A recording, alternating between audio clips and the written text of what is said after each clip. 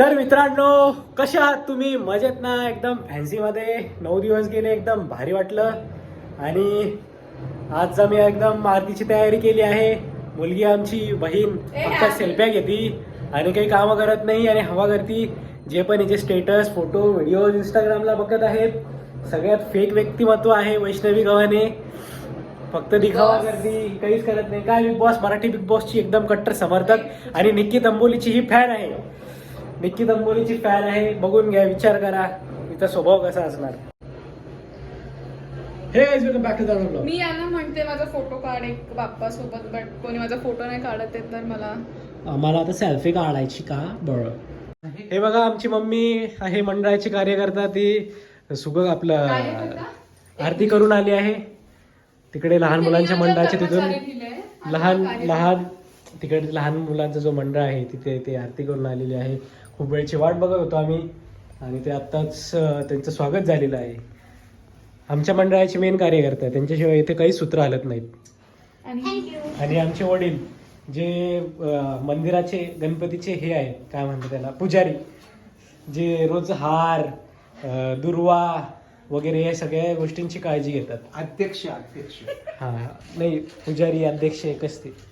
कारण की तुम्ही जे सगळे पूजाच्या गोष्टी ज्या आहेत त्या सामग्रीचा काळजी घेतात ना, मग त्यामुळे मी तुम्हाला तो मान सन्मान देऊन टाकला. आभारी आहे हा. मंडळाचा आभारी आहे. तुमचं काय म्हणणं आहे? माझं म्हणणं यांचं काहीच योगदान नाही म्हणून हे तोंड लपवत आहे.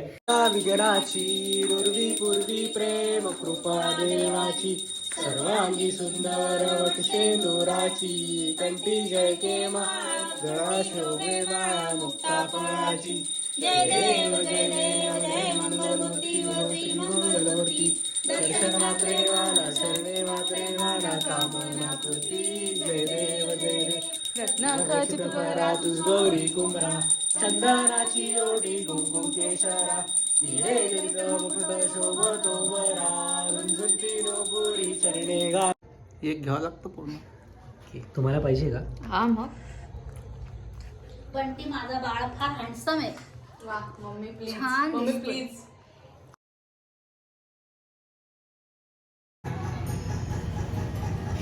तर इथे पप्पा आलेले आहे, दुर्वा वगैरे सगळं घेऊन. हे रोजचे कामं पप्पा करत होते आणि आता आपण अशा मम्मीला भेटूया. मम्मी, तर तुम्ही काय करता? मी गणपती बाप्पाला पूर्णाचा नैवेद्य करू लागले आहे. गणपती बाप्पा उपाशी जाऊ नये आमच्या घरून. पार्वतीचा बाळ तसा माझा पण बाळ. Oh my God, what a fancy answer. हा, तर मित्रांनो, परत पावसाचं वातावरण, गणपतीचा शेवटचा दिवस आणि आता आमची शेवटची आरती.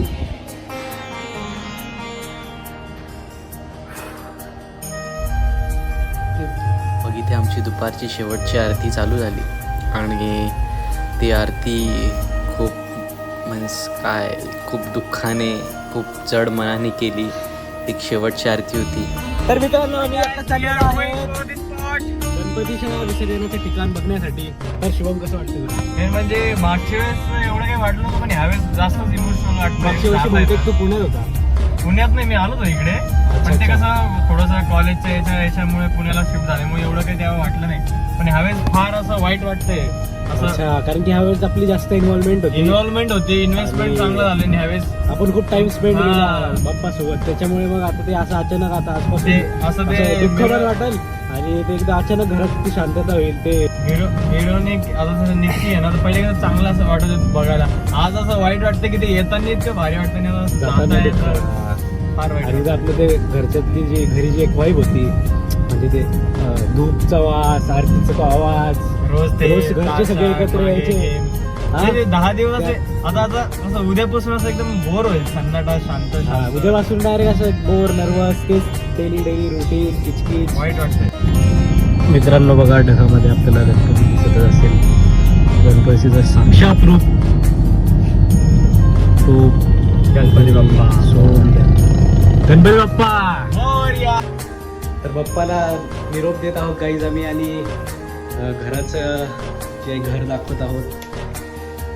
So let's go. Ganpati Bappa Mangal Murti. चलो. बाप्पा त्यांच्या सीटवर विराजमान, रिझर्व सीट.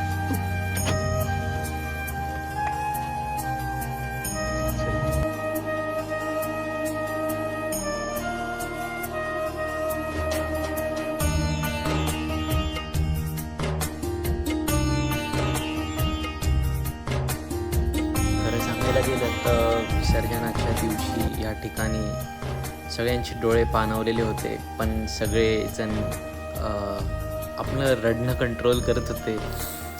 काय करणार, कारण की एक सवय झालेली होती. असं वाटत होतं एखाद्या घरात छोटासा बाळ आहे आणि त्या बाळासोबत एक आपली अटॅचमेंट होऊन जाते, कारण की एक रुटीन होतो, एक लगबग असते, एक प्रसन्न वातावरण असतं. ते गाण्यांचा आवाज, त्या आरती, एक प्रसन्न वातावरण असतं आणि ते अचानक सगळ्या गोष्टी गणपती बाप्पा गेल्यावर हरवून जातात.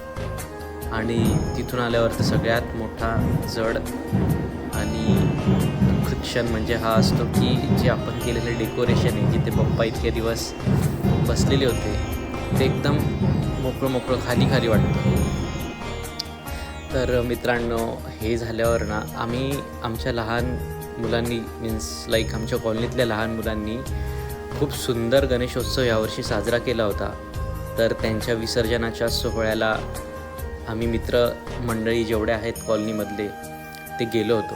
आणि इथे बक्षीस वितरणाचा कार्यक्रम पण खूप जोरदार चालू होता, कारण की खरंच ते डिझर्व करत होते या सगळ्या गोष्टी, कारण की त्यांनी खूप सारे एफर्ट्स या इव्हेंटमध्ये घेतले होते की जे आजकालच्या जनरेशनच्या मुलांजवळून अनपेक्षित होते. खरंच त्यांच्यासाठी खूप मोठं ॲप्रिशिएशन आणि प्राऊड मुमेंट हे आमच्या कॉलनीतल्या लोकांना त्यांनी दिलं की एवढ्या लहान वयात त्यांनी एवढे एफर्ट्स टाकून गणपती स्थापन केला. त्यानंतर मग ते विसर्जनासाठी तिथून निघाले आणि हा दिवस जो आहे, हे वर्ष जे आहे, त्यातल्या आठवणी इथेच सोडून बाप्पा आपल्या घरी निघाले होते.